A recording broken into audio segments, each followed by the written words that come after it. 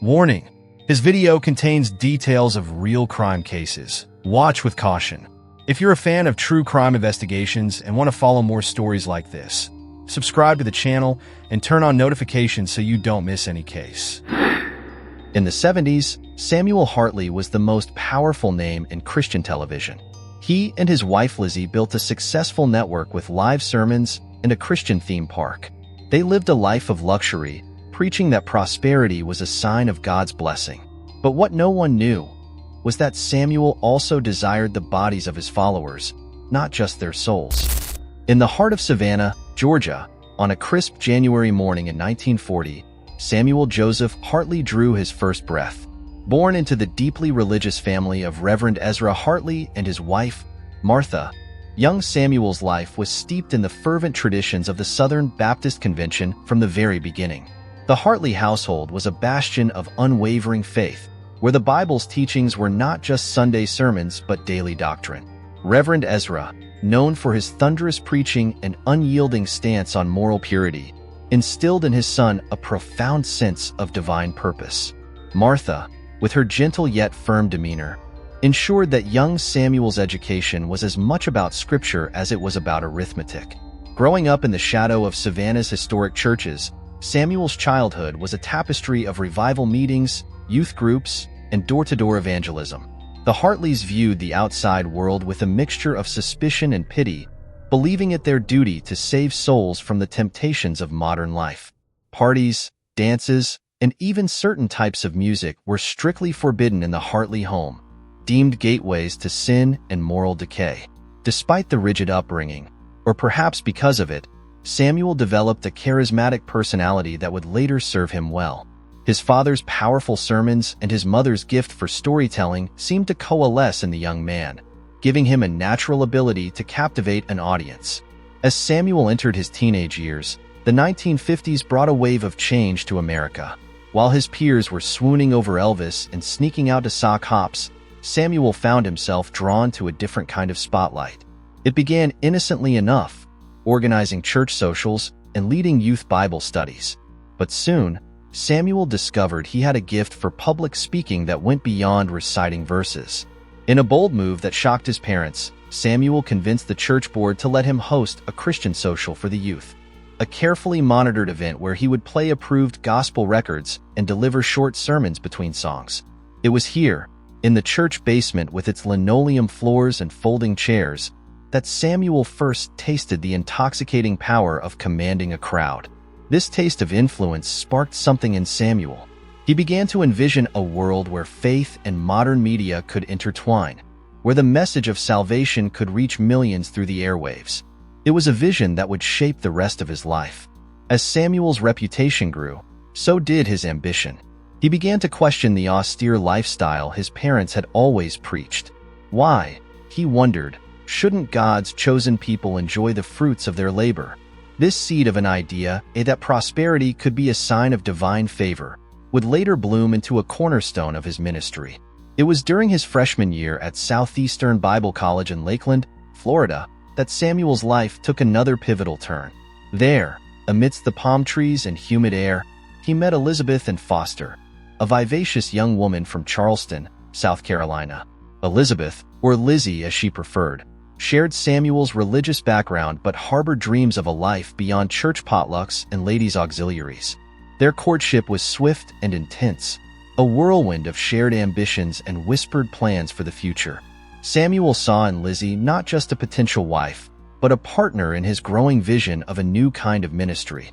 Together, they believed they could change the face of American Christianity. As the 1970s dawned, Samuel and Lizzie Hartley had transformed from small-town evangelists into rising stars of the burgeoning televangelism movement. Their show, Blessings Today, broadcast from Charlotte, North Carolina, quickly gained traction among viewers hungry for a message that combined traditional Christian values with the promise of earthly prosperity. The Hartleys' empire grew exponentially. By 1975, they had launched the American Christian Network, ACN, a 24-hour religious programming channel that reached millions of homes across the United States. Their crowning achievement came in 1978 with the opening of Heritage Village, a sprawling Christian theme park and residential community in the rolling hills of South Carolina. On the surface, the Hartleys appeared to be living proof of their own prosperity gospel. They resided in a mansion, drove luxury cars, and wore designer clothes. All, they claimed, blessings from God for their faithful service. Donations poured in from devoted followers who believed that by supporting the Hartleys' ministry, they too would receive divine favor. However, beneath the glittering facade, a web of financial impropriety was growing. Samuel, intoxicated by success and seemingly insatiable in his appetite for expansion, began to take increasingly risky financial decisions.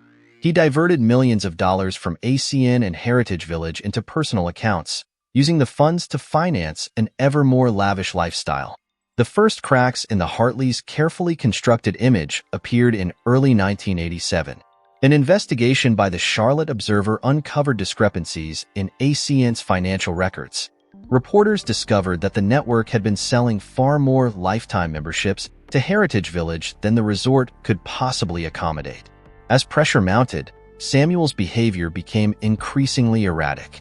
He appeared on Blessings Today, making tearful pleas for more donations, claiming the ministry was under attack from secular forces. Behind the scenes, however, he was desperately trying to cover his tracks, moving money between accounts and pressuring staff to falsify records. The situation reached a boiling point in March 1987 when Jessica Reynolds, a former secretary at ACN, came forward with explosive allegations. She claimed that Samuel had coerced her into a sexual encounter in 1980 and that the ministry had paid her $279,000 to keep quiet. This revelation, coming on the heels of the financial irregularities, sent shockwaves through the evangelical community.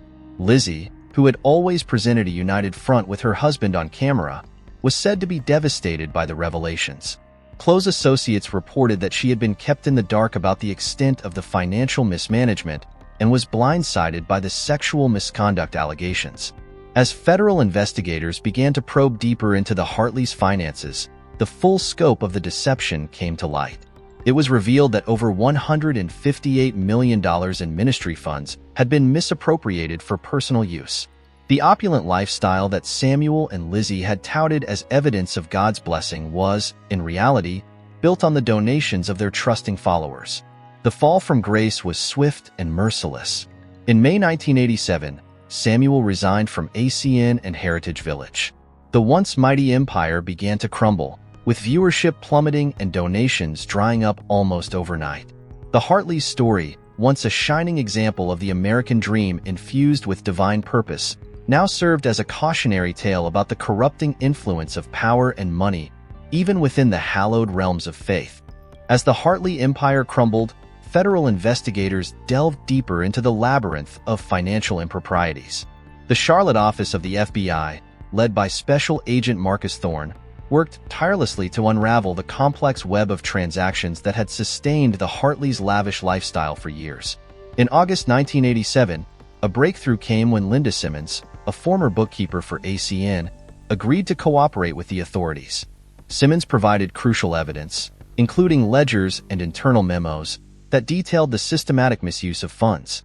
Her testimony painted a picture of a ministry that had long since lost its way, where the line between church donations and personal piggy bank had become dangerously blurred. As news of the investigation spread, more former employees came forward. They spoke of a culture of fear and secrecy within the organization, where questioning Samuel's decisions or expressing concerns about financial practices could lead to immediate termination. Some described witnessing Samuel shred documents late at night in his office, while others recounted being asked to create false financial reports to present to the board of directors. The investigation also shed light on the extent of the Hartleys' excesses. Receipts and bank statements revealed purchases of gold-plated bathroom fixtures, a fleet of luxury cars, and even a climate-controlled doghouse for their prize poodles. Perhaps most damning was the discovery of offshore accounts in the Cayman Islands, where millions in donated funds had been secretly funneled. As the evidence mounted, public opinion turned sharply against the Hartleys. Former supporters felt betrayed, their faith shaken not just in the couple, but in the entire concept of televangelism. Religious leaders across the country scrambled to distance themselves from the scandal, fearing its implications for their own ministries. The Jessica Reynolds affair, initially overshadowed by the financial crimes, resurfaced with new significance. Investigators uncovered a pattern of similar payments to other young women who had worked closely with Samuel. While he maintained that these were merely settlements to avoid bad publicity, the sheer number of cases suggested a troubling abuse of power and a betrayal of the trust placed in him as a spiritual leader. Lizzie Hartley, once the picture of the devoted wife, now found herself at a crossroads. As details of Samuel's infidelities emerged, she was forced to confront the reality that the man she had built her life around was not who she thought he was. In a move that shocked many, Lizzie hired her own legal counsel and began to distance herself from her husband's mounting legal troubles. The investigation reached a crescendo in December 1988 when a grand jury in Charlotte handed down a 24-count indictment against Samuel Hartley. The charges included mail fraud, wire fraud, and conspiracy. In a dramatic scene that played out on national television, FBI agents arrested Samuel at his mansion, leading him away in handcuffs as news helicopters circled overhead. As the case moved towards trial, the question on everyone's mind was how a man who had once commanded the adoration of millions could have fallen so far. Some saw Samuel as a victim of his own success, corrupted by the very prosperity he preached. Others viewed him as a calculating fraudster who had used faith as a weapon to exploit the vulnerable. The stage was set for a trial that would not only determine Samuel Hartley's fate, but also force America to reckon with the dark side of the prosperity gospel movement. The trial of Samuel Joseph Hartley began on September 12, 1989, in the United States District Court for the Western District of North Carolina. The courthouse in Charlotte, normally a place of quiet legal proceedings, became the epicenter of a media frenzy. Journalists from across the nation descended upon the city, their satellite trucks lining the streets as they vied for the best position to capture the fall of one of America's most prominent televangelists. Inside the courtroom, the atmosphere was electric. Federal prosecutor Amanda Reeves, known for her methodical approach and razor-sharp questioning, laid out the government's case with precision. She painted a picture of a man driven by greed, who had systematically defrauded his followers of millions of dollars to fund a lifestyle of obscene luxury. Reeves called a parade of witnesses, each adding another piece to the damning puzzle. Former ACN executives testified about Samuel's direct orders to falsify financial records. Donors took the stand, their voices breaking as they recounted how they had given their life savings to the ministry, believing it would secure God's favor. Perhaps the most dramatic moment came when Jessica Reynolds testified. In a hushed courtroom, she detailed her alleged encounter with Samuel and the subsequent cover-up. Her testimony, coupled with evidence of similar payments to other women, struck at the heart of Samuel's carefully cultivated image as a man of God. Samuel's defense team, led by the charismatic attorney Daniel Blackwell, fought back vigorously.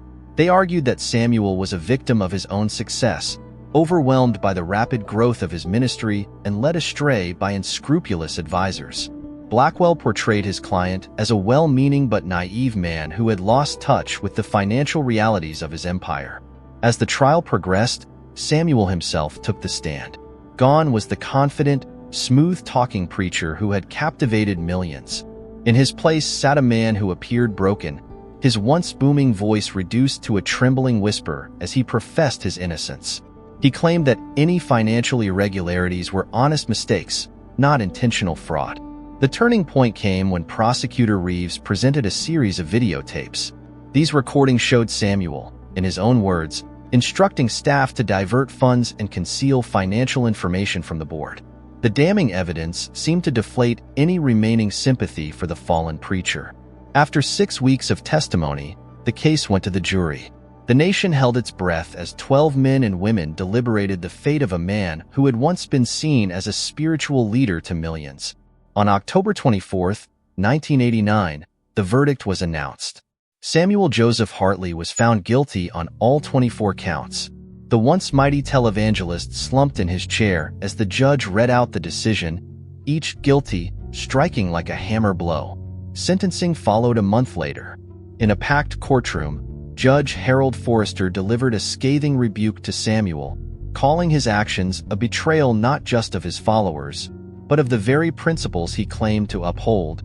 The sentence was severe: 45 years in federal prison and a fine of $500,000. As Samuel was led away in handcuffs, the image broadcast across the nation. It marked more than just the downfall of one man. It represented a seismic shift in the landscape of American televangelism, forcing many to question the intersection of faith, money, and power. The fall of Samuel Joseph Hartley sent shockwaves through the American religious landscape. As he began serving his sentence at the Federal Correctional Institution in Texarkana, Texas, the empire he had built crumbled rapidly. The American Christian Network, once a powerhouse of religious broadcasting, filed for bankruptcy within months of the verdict. Heritage Village, the sprawling Christian theme park that had been the crown jewel of the Hartley ministry, became a ghost town, its empty streets and shuttered attractions a stark reminder of the scandal's far-reaching impact. In the years following Samuel's imprisonment, the effects of his downfall continued to reverberate. Many of his former followers, disillusioned and betrayed, turned away from organized religion altogether. Others, seeking to make sense of their experience, became vocal critics of the prosperity gospel movement, forming support groups and advocacy organizations aimed at exposing similar frauds within religious communities. The scandal also prompted increased scrutiny of other televangelists and religious organizations.